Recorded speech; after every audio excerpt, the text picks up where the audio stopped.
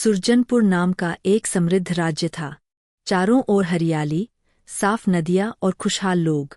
इस राज्य पर राजा वीरेंद्र सिंह राज करते थे। वे अपनी दयालुता और न्यायप्रियता के लिए दूर दूर तक प्रसिद्ध थे। दरबार में रोज गरीबों की फरियाद सुनी जाती और कोई भी खाली हाथ वापस नहीं लौटता था। वहाँ के राजा अक्सर कहा करते, राजा वही जो प्रजा का दुख अपना समझे। महाराज, आपके रहते इस राज्य को किसी बात की कमी नहीं।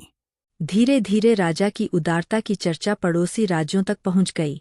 लोग उनकी प्रशंसा के पुल बांधने लगे।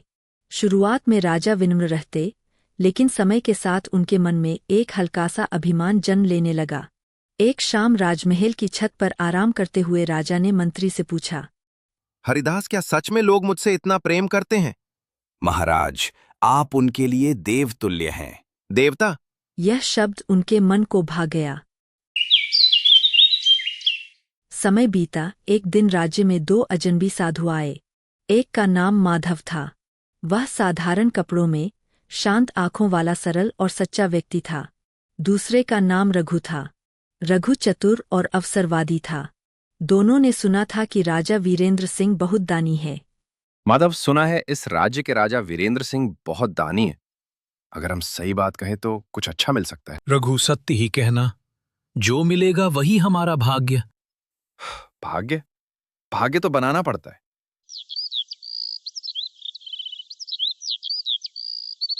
अगले दिन दरबार सजा। दोनों साधु दरबार में राजा के सामने हाजिर हुए। सबसे पहले रघु आगे बढ़ा। जय हो महाराज, आप जैसे दानी और उदार राजा इस धरती पर कभी नहीं हुए। आपकी कृपा के बिना तो सूर्य भी नहीं उगता। दरबार में हल्की हंसी गूंज उठी। राजा ने गर्व से मुस्कराते हुए कहा, साधु, तुमने हमारा मन प्रसन्न कर दिया। मांगो, क्या चाहिए? महाराज, आपकी कृपा ही काफी है। राजा ने संकेत किया और सेवक एक सुंदर पका हुआ पपीता ले आया। इसे स्वीकार करो, हमारे बगीचे का सबसे उत्तम फल है। रघु ने पपीता लिया, लेकिन उसके चेहरे पर निराशा झलक रही थी। अब माधव आगे आया। उसने शांत स्वर में कहा, महाराज, आपकी दया सराहनीय है, परंतु सच्चा दान वही है जो ईश्वर की प्रेरणा से हो।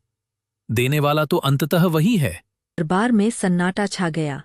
राजा के चेहरे पर क्षणभर के लिए कठोरता आई। राजा को माधव की बात बिल्कुल पसंद नहीं आई, लेकिन उसने दरबार में अपनी छवि बनाए रखने के लिए मुस्कुराहट ओढ़ ली। क्या तुम हमारे दान को कम समझते हो? नहीं महाराज, मैं तो केवल ये कह रहा हूं कि हम सब ईश्वर के माध्यम हैं। ठीक है साधु, तुम्हें भी इनाम मिलेगा। उन्होंने सेवक को माधव को 2 स्वर्ण मुद्राएं देने का आदेश दिया। दोनों अपना अपना उपहार लेकर महल से बाहर निकल जाते हैं। दरबार से बाहर निकलते ही रघु झुंझलाया। इतनी चापलूसी की और बदले में बस एक पपीता? मुझे तो 2 स्वर्ण मुद्राएं मिली, परंतु मैं इन्हें अपने लिए नहीं रखूंगा, बल्कि किसी नेक काम के लिए खर्च करूंगा। रघु की आंखें चमक उठीं। अरे मित्र, घर में मेरी बूढ़ी माँ बीमार है। राजा से मिले उपहार से मैं अपनी माँ का इलाज करवाना चाहता था, मगर मुझे ये पपीता मिला। रघु की बात सुनकर राघव को दया आ गई। अरे मित्र, चिंता मत करो तुम। ये सुवर्ण मुद्रा रख लो, इससे अपनी माता का इलाज करवाना। मुद्रा मिलते ही रघु खुश हो गया। मित्र, मैं चाहता हूं कि ये पपीता तुम ले लो, मुझे बहुत खुशी होगी।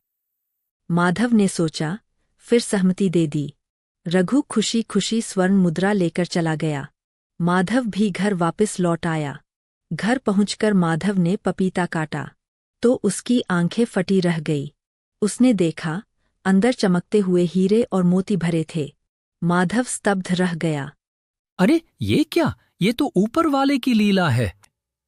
ऊपर वाले, आपने मुझे ये क्यों दिया? अंतरात्मा से उत्तर आया। सत्य बोलने का फल कभी व्यर्थ नहीं जाता। रघु ने स्वर्ण मुद्रा से नए वस्त्र खरीदे, अच्छा भोजन किया और कुछ दिनों में सारा धन खर्च कर डाला। फिर वह सोचने लगा, राजा तो बहुत दानी है, चलो फिर से दरबार चलते हैं। इसी सोच के साथ रघु फिर से राजमहल की ओर चल दिया।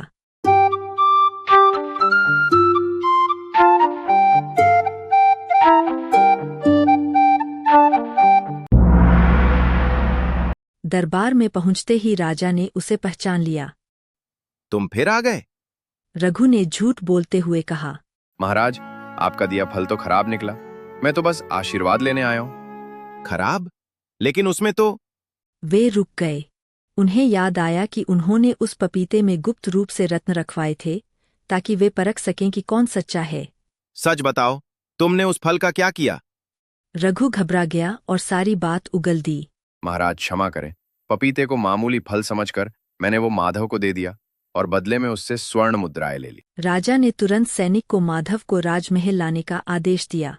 माधव दरबार में आया। उसने आदरपूर्वक प्रणाम किया। साधु, पपीते में क्या मिला? महाराज, उसमें रत्न थे, परंतु वे मेरे नहीं, ईश्वर की देन है।